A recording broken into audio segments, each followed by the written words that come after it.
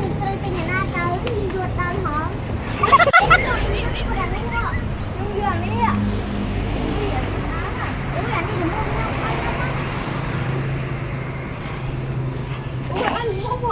Ôi muốn ta Nguồn đi á.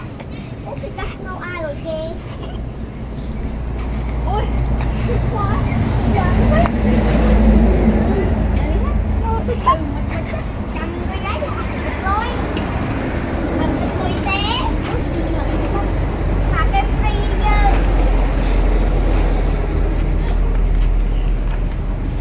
Giúp mình á. Ở cái free.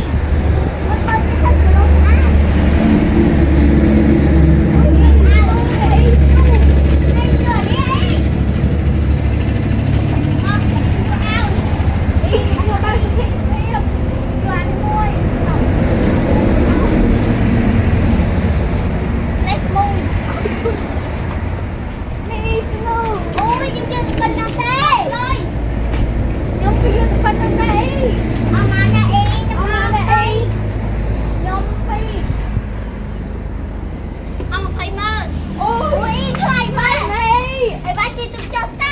Ôi, cho khách này.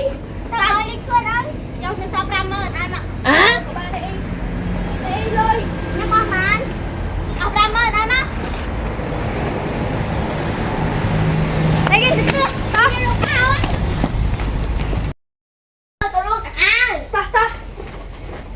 Ôi, đừng bắt quý à. Mắc kê. Anh tham hôn giờ ta.